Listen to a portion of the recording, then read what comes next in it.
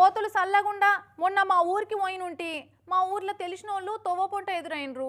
ఏమైంది ఏడికి పోతుర్రే పెద్దమ్మ అని అడిగితే, ఓ బిడ్డ ఇంటి ముంగట కూసుంటే కోత చెగబడి గరిచిందవ్వా, దబ్బున దావకానకు పోతున్నామని చెప్పిర్రు. అయ్యో పోర్రి పోర్రి జల్దీ పోర్రు అని చెప్పిన. అట్లా ఊర్లల్లా కుక్కలే కాదోళ్ళ కోతులు కూడా కనబడ్డోళ్ళకి కనబడ్డట్టుగా కాట్లు పెడుతున్నాయి. వాటిని మందలియా భయం అవుతుంది. ఉషో అంటే ఉరుమురిమి చూస్తున్నాయి. కోతులను చూస్తేనే ఒక్కొక్కరికి గజ్జు అనిపించబట్టింది.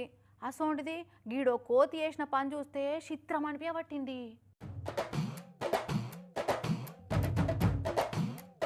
ఒరక్క ఇదెక్కడిచ్చంతరావురా నాయన అగజూడురి కోతి ఎంత ముద్దుగా నెత్తి మీద ఎక్కి తాత భుజాల మీద ఎక్కిన మనవడో మనవరాలు లెక్క ఎంత ముద్దుకు కూర్చున్నది.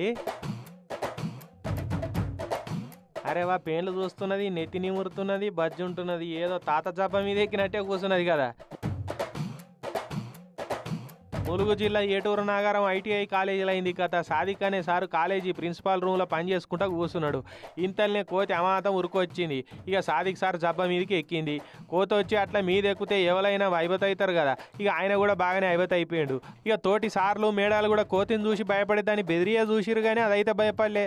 ఇక ఆయన మీదనే కూర్చొని ఏమనుకుంటా ఆయన నెత్తి నివిరింది, నెత్తికి నెత్తి ఆనిచ్చి పండుకున్నట్టు చేసింది.